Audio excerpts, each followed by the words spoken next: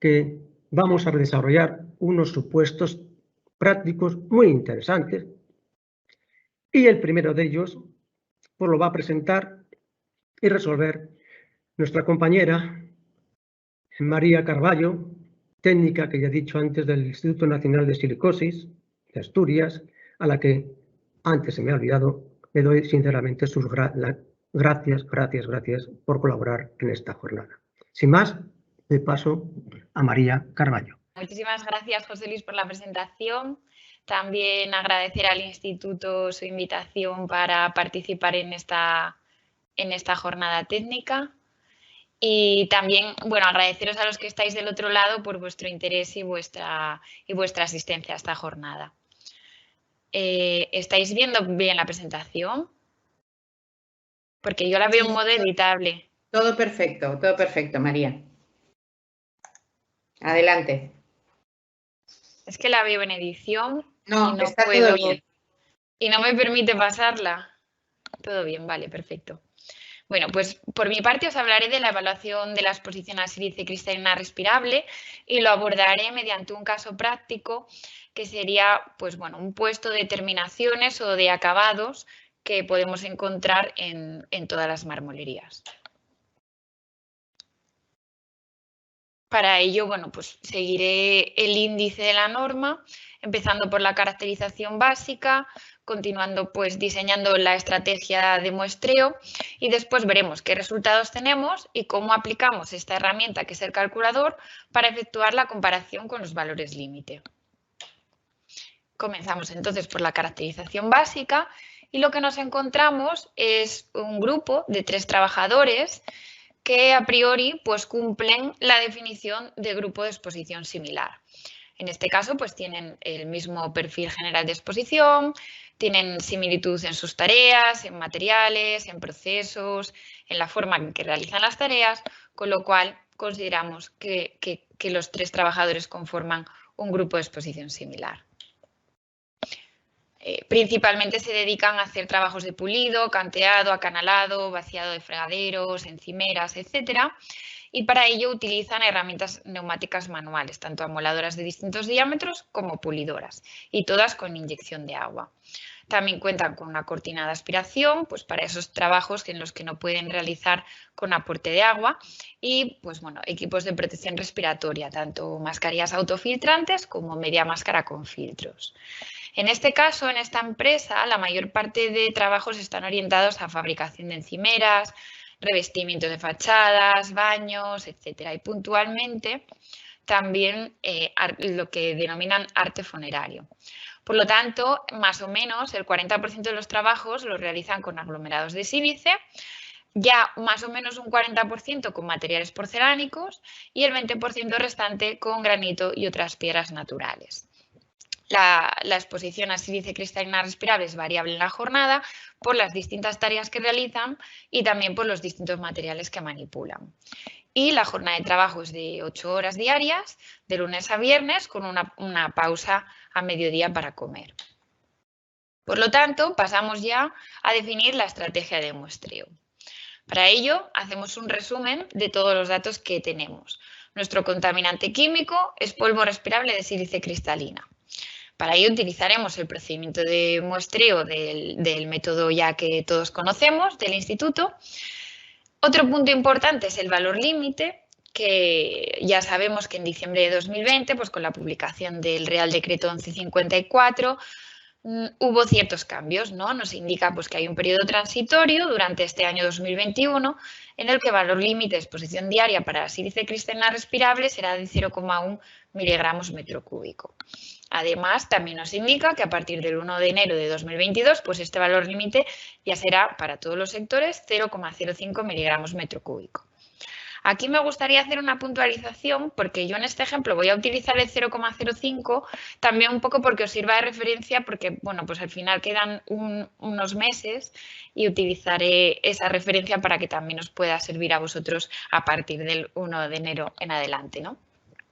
Y otra de las puntualizaciones es que como hablamos de sílice cristalina respirable, sería la suma de cuarzo y cristobalita. Es decir, en este caso que analizaremos las muestras por difracción de rayos X, pues porque nos podremos encontrar en las muestras tanto cuarzo como cristobalita, que aunque ya no tengamos que compararlos con sus valores límite individuales, sí que si analizamos en este caso las muestras por infrarrojos, pues sí que podría dar ciertas interferencias en el laboratorio. Entonces, sigue siendo mejor analizarlas por difracción. Aportamos también el límite de cuantificación del método.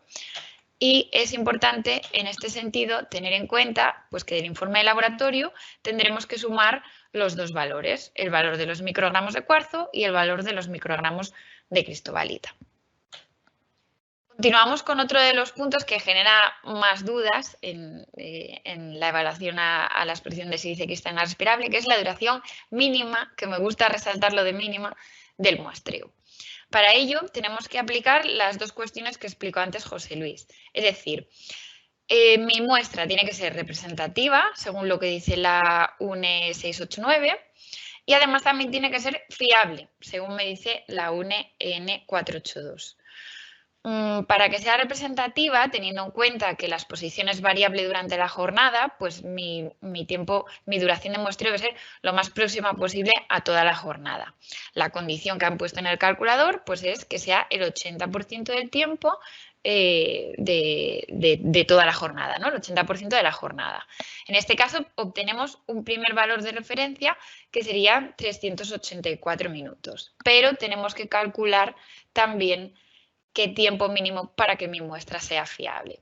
Para ello, la norma 482 lo que nos dice es que la captación, debemos realizar una captación de un volumen suficiente para determinar concentraciones inferiores al 10% del valor límite. Con lo cual ahí tendremos que hacer un segundo cálculo que dependerá tanto del valor límite como del límite de cuantificación, que dependerá tanto de la técnica analítica como del laboratorio en el que se analice, y el caudal nominal de muestreo de nuestro muestreador. Con lo cual aquí nos faltan datos, ya vemos que el caudal de muestreo de momento no lo conocemos, así que pasamos al siguiente punto, que es la selección del muestreador. Para ello, primero calculamos nuestro volumen mínimo de muestreo. Con los datos que ya vimos antes, pues aplicamos la fórmula y vemos que nuestro volumen mínimo de muestreo será de 2.000 litros. Con ese dato podemos ya introducirlo en la fórmula del tiempo mínimo, dividiendo ese volumen de muestreo entre el caudal nominal del ciclón seleccionado, y vemos pues, que tendré que seleccionar un ciclón con el que pueda muestrear como mínimo, vuelvo a repetir como mínimo, 2.000 litros dentro de la jornada de trabajo. Entonces, bueno, este es otro de los apuntes que quería hacer. La selección de ese muestreador puede condicionar también tanto el soporte de muestreo, es decir, el filtro, como la bomba si nos tenemos que ir a caudales de aspiración superiores. Si nos fijamos en este cuadro en el que he tratado de recoger pues, la mayoría de equipos que existen en la actualidad que puedan seleccionar fracción respirable según la norma 481, si nos centramos en el tiempo mínimo para difracción de rayos X, que es la técnica analítica que vamos a utilizar en este caso, pues podemos ver todos los que están en rojo no cumplirían con poder medir dentro de una jornada de 480 minutos. Con lo cual, aunque en general los más utilizados tradicionalmente solían ser pues tanto el ciclón de Casella 2,2 como el ciclón plástico de SKC, que también iba a 2,2 y luego modificaron su caudal para que fuese a 3, no serían suficientes para cumplir con ese requisito. Con lo cual tendríamos que seleccionar uno que estuviese de la línea roja hacia la derecha. En este caso seleccionaré el ciclón GK269, que es ese que veis en la imagen, que funciona a un caudal nominal de 4,2 litros minuto y con el que tendré que medir como mínimo 476 minutos. Esto era lo que os comentaba antes. La selección de ese muestreador también puede condicionarme la bomba, porque existen bombas en general hasta 5 litros minuto y luego otro tipo de bombas que podéis ver también en la imagen que la diferencia es sustancial, que trabajan a caudales de aspiración superiores. Bueno, podemos volver con este nuevo dato que tenemos de nuestro caudal nominal a la fórmula del tiempo mínimo y obtenemos un nuevo valor de referencia que sería 476 minutos. Tenemos que quedarnos con el mayor de los dos, con lo cual se propone una estrategia de muestreo que incluirá la toma de muestras a distintos trabajadores del GES en distintas jornadas. Preferiblemente se seleccionarán aquellas en las que se manipulen materiales con elevado contenido en sílice cristalina, pues para ponernos en uno de los casos desfavorables, y se tomarán muestras de 480 minutos cada una. La estrategia, el procedimiento de muestreo, pues es el que ya conocemos todos. Primero preparamos los equipos, ajustamos el caudal inicial a un más-menos 5% de ese caudal nominal. Después colocamos el muestreador en la zona de respiración del trabajador e iniciamos la muestra. Luego permanecemos en el centro de trabajo mientras dure todo la toma de muestras, pues controlando que todo funciona correctamente, viendo las tareas que realizan los trabajadores, si se produce algún tipo de cambio que pueda afectar a mis mediciones, a la validez de esas mediciones. Y una vez finalizado el muestreo, de nuevo hacemos la verificación del caudal y vemos si se ha mantenido constante dentro de ese más o menos 5% de ese caudal inicial. Los muestreos, por supuesto, serán de carácter personal. Ahí me podéis ver a mí colocando los equipos a uno de los trabajadores. Y vamos a ver qué resultados obtuvimos y cómo aplicar para este caso concreto el calculador. Bueno, siguiendo la estrategia de muestreo que habíamos establecido, pues realizamos 3 mediciones en 2 jornadas distintas.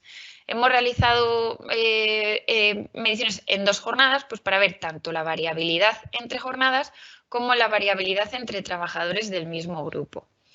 No ha ocurrido ningún problema, con lo cual consideramos que esos resultados son válidos y procedemos a introducirlos en el calculador teniendo en cuenta que aplicaremos exposición diaria y exposición variable. Igual que explicó José Luis, pues bueno, introducimos los datos de la empresa, esto es opcional, pero bueno, siempre nos quedará un informe más completo, sobre todo si vamos al final acumulando muchos informes, siempre quedará más completo que introduzcamos los datos en el calculador. Damos a siguiente y pasamos a introducir datos del agente químico, en este caso sílice cristalina respirable, y el valor límite que os comentaba antes que utilizaré para este ejemplo de 0,05 miligramos metro cúbico.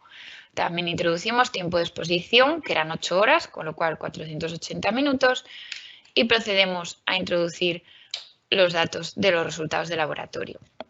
Introducimos el primer trabajador, José María, 478 minutos y 0,008 miligramos metro cúbico.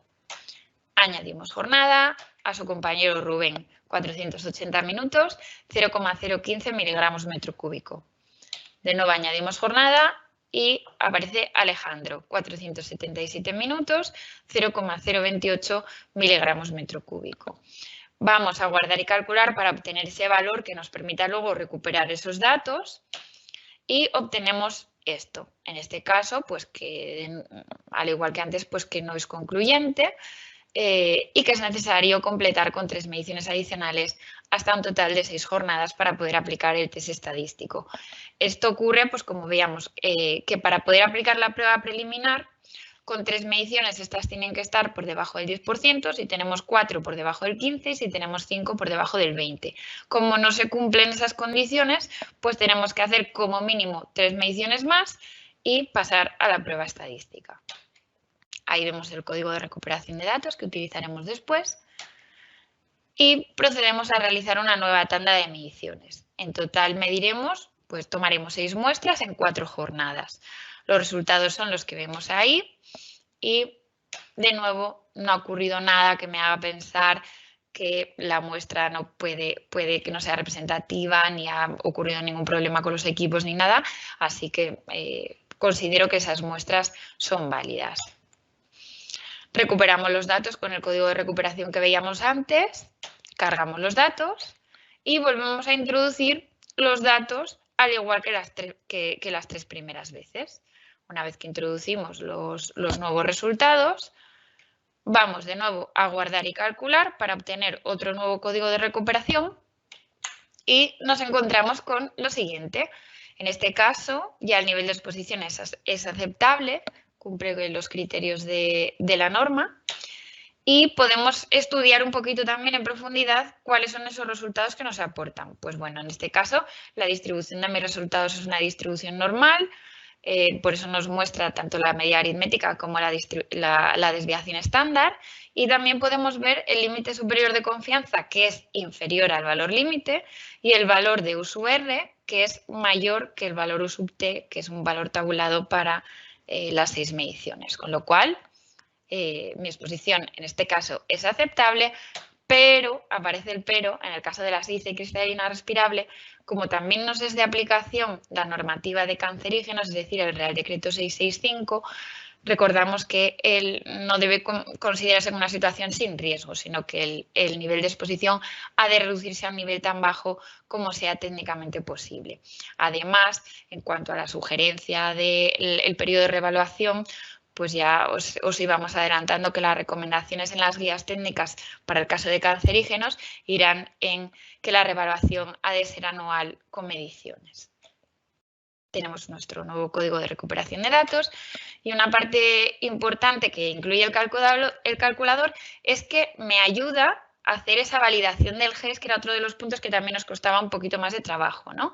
Veo mi gráfico de la distribución, donde veo el límite, veo el valor límite, la media aritmética, etcétera, pero también veo esa recta con ese coeficiente de correlación, veo que, pues bueno, me puede ayudar a esa validación del GES. Y digo ayudar, bien escogida la palabra ayudar, porque tenemos que recordar que el calculador calcula, pero somos nosotros, con nuestro conocimiento de la empresa, el técnico evaluador, el que tiene que interpretar los datos en global, ¿no? Entonces, bueno, pues en este caso se cumple lo que pensábamos a priori, de que los trabajadores configuran un GES, y es otra de las funcionalidades que yo creo que facilita mucho la aplicación de la norma.